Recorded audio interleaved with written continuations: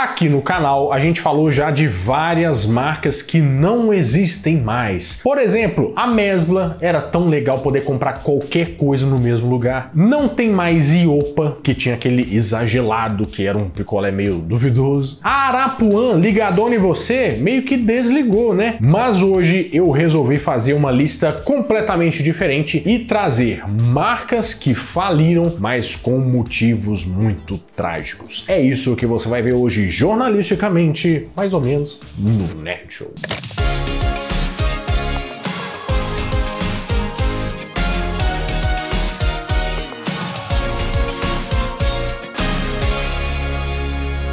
Fala, meus queridos amigos, como estão vocês? Vocês estão bom, né? Já de antemão quero fazer a publicidade aqui do meu querido amigo Renan, do Vila do Chaves, que está com essas belas camisetas que está vendendo no canal dele. Perceberam como é que o meu tríceps também, o exercício que eu fiz aqui do... Entendeu? Ai, as pessoas que não podem ver sua perna, mas a sua perna foi igual a do Kiko. Exatamente. Tortinha pra dentro pra você conseguir aparecer na câmera. É verdade. Então, se você quiser esse e mais modelos, vá lá no canal Vila do Chaves e compre a sua camiseta. Na loja mais charmosa da vizinhança. Isso. Mas esta marca não faliu, graças a Deus. O Renan está vendendo as coisas ali. Mas tem uma outra marca que você vê no mercado hoje em dia, mas ela faliu. É estranho pensar isso, né? Ficou até meio confuso. Mas você sabia que a Parmalat já faliu, voltou, e quando ela faliu de uma forma bem trágica, o negócio foi pesado por lá. Parlare, porque Parmalat, né, é italiano. Você deve lembrar muito da Parmalat pelo leite, pelas coisas que você consome, mas também por esse comercial aqui, ó. Búfalo falou que é bom. O gorila falou que faz bem.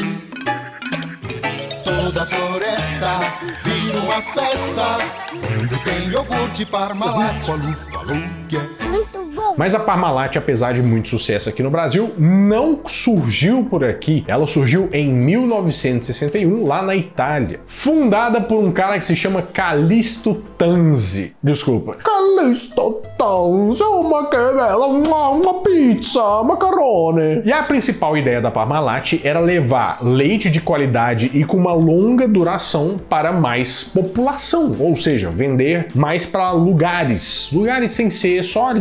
Parma, né? Ela chega aqui no Brasil nos anos 70 e se consolida nos anos 90, principalmente com a campanha dos mamíferos da Parmalat, que é essa campanha que eu passei aqui no início. Fez tanto sucesso que teve até um tanto de paródia. O elefante já encheu a trompa, o carneirinho está na maior ressaca, mantém o seu pinguço mais de porre que um gambá, tomando a cachaça Tabajara. Vocês dois já tomaram?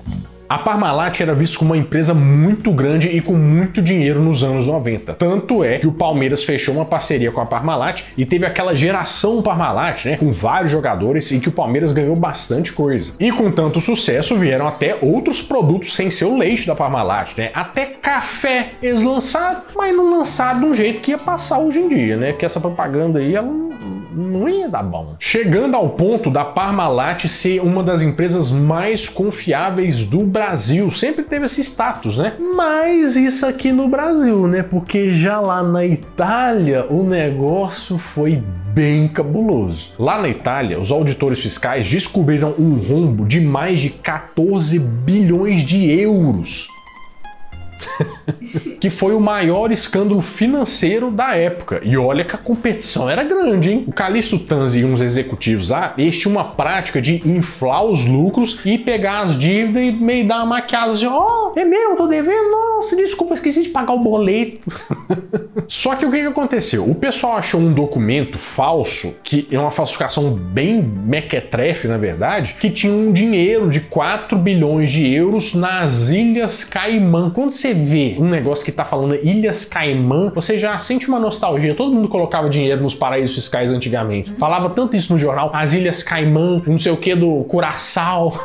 E o que aconteceu a partir disso? A Parmalat, uma empresa gigantesca, faliu na Itália. Aqui no Brasil tinha confiança e tudo, mas a confiança não foi suficiente para segurar as pontas e sofreu bastante aqui no Brasil também, porque ela dependia financeiramente da matriz. Só que o que acontece? Quando você tem essa notícia, o pessoal para de te dar crédito no mercado, porque você vira uma empresa que não é mais confiável. Com isso, eles tiveram a paralisação na produção dos produtos da Parmalat. E apareceram dívidas muito altas aqui no Brasil, cerca de quase 2 bilhões de reais. A Parmalat no Brasil pediu recuperação judicial, que é basicamente você pegar assim, ih, gente, tô devendo. Aí você junta lá, faz um plano e apresenta como é que você vai pagar essas coisas, né? Mas o Calixto Tanzi lá na Itália foi preso por falência fraudulenta e manipulação de mercado. E a Parmalat no Brasil, né, foi comprada por uma outra marca francesa, a Lactalis, que por acaso é dona também da Batavo e da LG. Com certeza, os mamíferos da Parmalat tiveram um destino bem trágico. Vamos falar de filme? É só um filme específico aqui e a gente nem vai se estender não. Mas um dos filmes mais legais que a gente pode falar que já passaram na sessão da tarde foi De Volta para o Futuro. Ai, essa é uma franquia sensacional. Se você quer dar um passeio no tempo, embarque nesse carrão e pise fundo.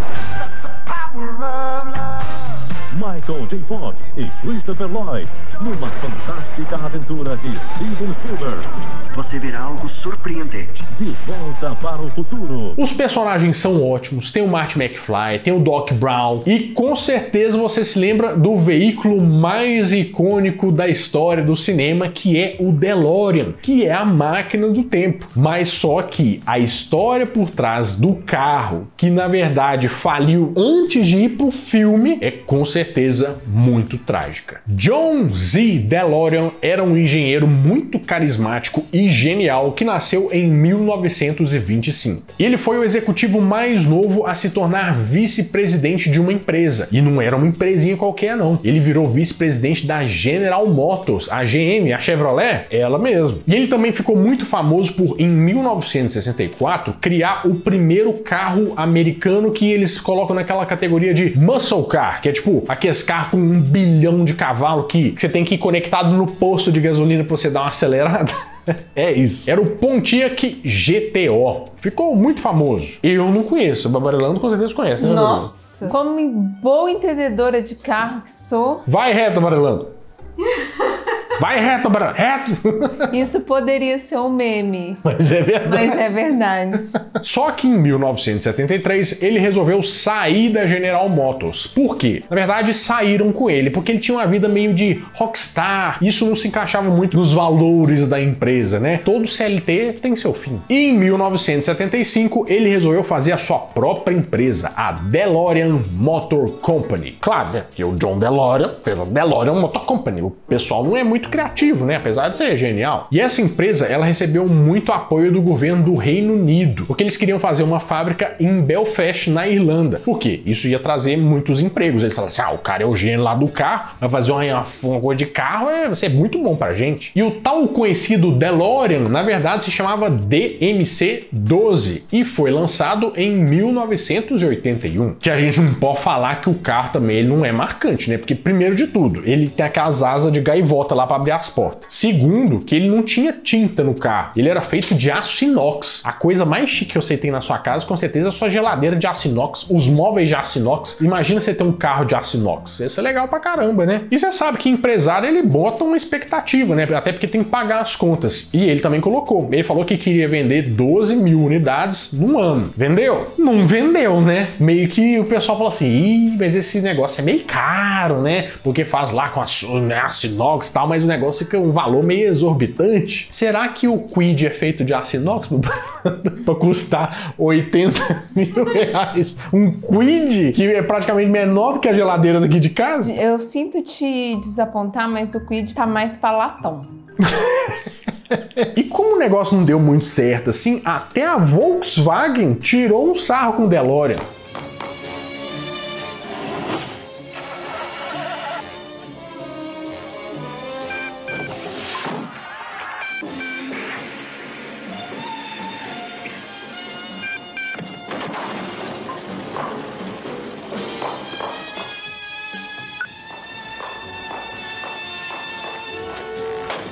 ao ponto do carro ter sido lançado em 1981 e em 1982 a empresa já estava à beira da falência. Babarelando. E você está à beira da falência com uma empresa de carros. Você está precisando de dinheiro para colocar o leite das crianças na mesa. O que você faria? Venderia a frota restante para não tomar mais prejuízo. Não é o que toda pessoa inteligente faria, mas ele recorreu ao mundo do crime. O que aconteceu? O FBI, meio que fizeram aquelas Operação Papai Noel a paisana, sabe aqueles nomes daquelas operação doidas? Pois é, esse cara paisana, e foram atrás do John DeLorean pra falar uma proposta pra ele. Ele falou assim, ó, tem um carregamento aí de 100 quilos de droga que a gente quer levar de um lugar pro outro, você não quer fazer não? Aí eles ficaram tentando convencer ele a pegar pra ganhar o dinheiro pra colocar na empresa. E vocês acreditam que ele aceitou? E vocês acreditam que eles filmaram isso? Ele foi preso em 20 de outubro de 1982 num hotel. Só que, claro, né, gente, o negócio já estava mal das pernas. Quando ele foi preso, arrebentou, foi com tudo. Aí a empresa realmente, ó, foi pro saco. Olha, eu vou fazer uma coisa que seu público não gosta, que é trazer um assunto nada a ver, mas é porque eu lembrei agora. Tá bom. É porque você falou de carro, falou de polícia paisana e eu lembrei que quando a gente tá na estrada, na rua, no Waze, aparece assim, polícia oculta. Ainda está lá? Se a polícia está oculta, como que eu vou saber que ela tá lá? Babarelando, eu acho que esse é o novo, a diferença do charme do funk. Não vai ter uma resposta. Ô, gente, se alguém souber disso, porque eu pergunto isso pro Renato todo dia, coloca aqui nos comentários pra eu ficar sabendo, pelo amor de Deus, porque nem o chat GPT conseguiu me ajudar nisso. Agora, esclarecida a dúvida, né? Vamos voltar para essa história aqui, porque ela ganha novos ares em 1984. Porque o que aconteceu? Ele foi absolvido. Vocês acreditam que foi absolvido? Porque a polícia não podia ter feito aquilo lá, ir lá, filmar dele, colocar as provas. Mas aí já falaram que ele já era preso, mundo do crime. A reputação dele já tinha ido pro saco, né? A empresa também. E o pior da história, eu fico imaginando na cabeça desse cara, que em 1985 foi que fizeram o filme e que o carro ficou muito famoso e valorizado. Nossa senhora, esse rapaz morreu em 2005, mas deve ter sido com muito desgosto. Meu Deus do céu. Agora vamos falar de uma rede vagerista. Vagezista, que vende vaginas. Agora vamos falar de uma rede Não consegue, né?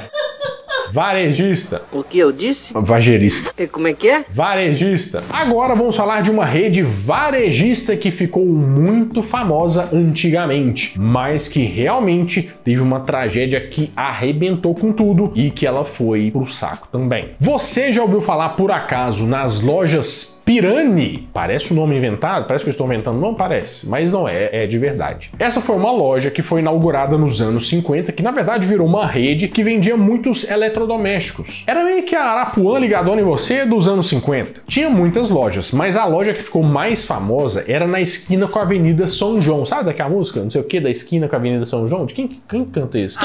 Quem é um cantor? Bom, mas é lá. Mas essa loja ficou famosa porque ela virou um cartão postal. Por quê? Era a primeira loja com eletrodomésticos que tinha escada rolante. Tá vendo, Brena? Os paulistas tudo corre nas escadas rolantes e ela já foi tratada com carinho do jeito que ela merece ser, para subir parado. E essa loja funcionava em um prédio, que ela ia do primeiro até o quinto andar, mas esse prédio se chamava Andraus. Talvez esse nome não signifique nada para você, mas se você já assistiu o Nerd Doc do edifício Joelma, que está inclusive aqui no card, eu vou deixar para você, você vai ver que o edifício Andraus foi um edifício que teve um grande acidente, que pegou fogo e mudou as leis de combate a incêndio no Brasil. Esse incêndio aconteceu em 1972. Foram 16 mortes e mais de 300 feridos. E o incêndio começou por causa da placa luminosa das lojas Pirani. E o pior disso tudo é que tinham vários relatos de que as pessoas começavam a alertar que estava mal instalado, que aquele negócio estava perigoso, mas o pessoal ignorou e essa placa acabou tendo um curto e iniciou o incêndio que tomou todo o prédio. Em menos de 15 minutos, o fogo já estava no 6º andar. E justamente por causa disso, do incêndio ter iniciado nas lojas Pirani, Pirani, as lojas Pirani tiveram que arcar com várias indenizações para as pessoas. E por causa disso, ela acabou falindo. Mas esse negócio é tão maluco que, para você ter uma ideia, essa empresa ainda está em recuperação judicial, sendo que a última atualização que se tem desse caso é de 2018, coisa que aconteceu lá em 1972. E essa, com certeza, é uma grande tragédia. Mas se você foi criança nos anos 80, nos anos 90, vamos dizer que até o início de 2000 ainda tinha umas coisas mais antigas dessa empresa. Você deve lembrar que antigamente existiam várias marcas de brinquedos muito legais, mas que infelizmente já saíram do mercado. Mas tem duas empresas que com certeza tiveram destinos bem trágicos. Uma delas é a Atma. Você lembra desse nome? A Atma era uma empresa que ficou conhecida por ser a pioneira no ferromodelismo, ou seja, fazer aqueles trenzinhos de brinquedo para fazer trens, como dizer, com detalhes, mas com uma escala reduzida, tipo assim, 1:10, quer dizer, 1:10 não, porque não cabe dentro de casa, né? Mas vocês entenderam. E o primeiro produto foi lançado sob a marca Mirim, mas depois ela mudou o nome para Atma Paulista. Marca essa que foi fundada mais ou menos lá para os anos 50. Ela ganhou muita notoriedade porque ela foi a única empresa brasileira de ferromodelismo dos anos 50 até 1976. E apesar de talvez você nem conhecer essa marca, ela foi tão grande que ela chegou a ser a grande concorrente da Estrela nos anos 60. E o slogan era: a Atma é ótima. Talvez seja por isso que eles faliram, né? Porque é um slogan meio mequetrefe. Mas o engraçado é que a Atma, ela trouxe os primeiros bonecos da Marvel licenciados aqui pro Brasil. Mas, como ela não existe mais, você deve imaginar que alguma coisa aconteceu nesse meio do caminho, né? E mais precisamente, a gente tem que ir pros anos 90 para entender essa história. Porque os anos 90 como um todo foram muito desfavoráveis para a indústria de brinquedo. Porque teve a abertura da economia. E quando abriu a economia, a China chegou com os dois pés no peito. Quer brinquedo. E todo mundo queria comprar, era mais barato. Mas nesse meio tempo, além dessa abertura da economia, eles sofreram um grande incêndio na fábrica de São Paulo. E ela perdeu o patrimônio mesmo, né, como a fábrica, e também o estoque, os brinquedos, de um jeito que era praticamente irrecuperável. E depois disso tudo, a empresa concluiu que não tinha mais como se recuperar, declarando falência em 1994. Mas não foi só essa empresa que sofreu com os efeitos do abertura de mercado, essas paradas não. Porque tinha uma empresa também que era a Troll. Você lembra dela? A Troll foi fundada em 1939 por um cara que se chamava Ralph Rosenberg. E nessa época era uma empresa focada em plásticos. Mas o auge da empresa foi só em 1967, quando um cara de visão assumiu essa empresa, que era o Dilson Funaro. Parece furtado, né? Mas tudo bem. Só que ele era conhecido por ser uma pessoa mais ousadia e alegria, sabe? Ele era meio que queria inovar as coisas e trouxe vários novos processos para essa empresa. Tanto é que em 1976 eles trouxeram a licença do Playmobil para ser produzido aqui no Brasil. E tem outras coisas que eram da Troll e talvez você não saiba. Tinha vários brinquedos da Turma da Mônica, tinha o próprio Velotrol, é da Troll. Velotrol. Entendeu? Também tinha as miniaturas da Matchbox, mas só que todo o sucesso da Troll era por causa desse rapaz aí. O Funaro mandava bem. Tanto mandava bem que o pessoal olhou pra ele e falou assim: esse rapaz aí é bom pra ele assumir um negócio de gerência aqui de cargos públicos, né? E quando ele afastou, começou o fim da Troll. Primeiro, ele foi chamado para ser presidente do BNDES. Você vê que não era pouca coisa. E depois ele foi ministro da Fazenda do governo do Sarney. Mas ao mesmo tempo que ele estava lá sendo o pai do plano cruzado, né, que ele era bom de serviço e tal, a Troll tava indo pro saco. E isso só começou a ficar mais evidente em 1989 com a morte do Dilson Funaro. Mais uma coisa que poderia ser trágica, ela não só é trágica como ficou pior ainda, vocês acreditam? Porque às vésperas do Dia das Crianças de 1993, o galpão da Troll foi invadido e saqueado. Mas saqueado por quem? Por crianças que viviam numa comunidade próxima. Essas crianças e até uns adultos levaram todos os brinquedos brinquedos, Playmobil, tudo que tinha lá. Sabe aquele caminhão que tomba no meio da estrada e o pessoal saqueia? Foi exatamente a mesma coisa. E como não tinha mais como recuperar as coisas, a Troll infelizmente fechou as portas, sendo que a licença da Playmobil foi agora para a Estrela. Credo, que clima pesado, né? Cheio do povo, do negócio das tragédias, fazer aqueles negócios lá, ó, dos anos 90 pra gente defumar a casa, fazer um monte de coisa. Não quero falência aqui perto de mim, não. Mas se eu achar mais outras histórias, com certeza eu trago pra contar pra vocês, porque marca antiga é o que não falta. Bom, vou ficando por aqui, mas toda semana eu volto com mais um vídeo quentinho, fresquinho, crocante pra vocês. Então, adeus!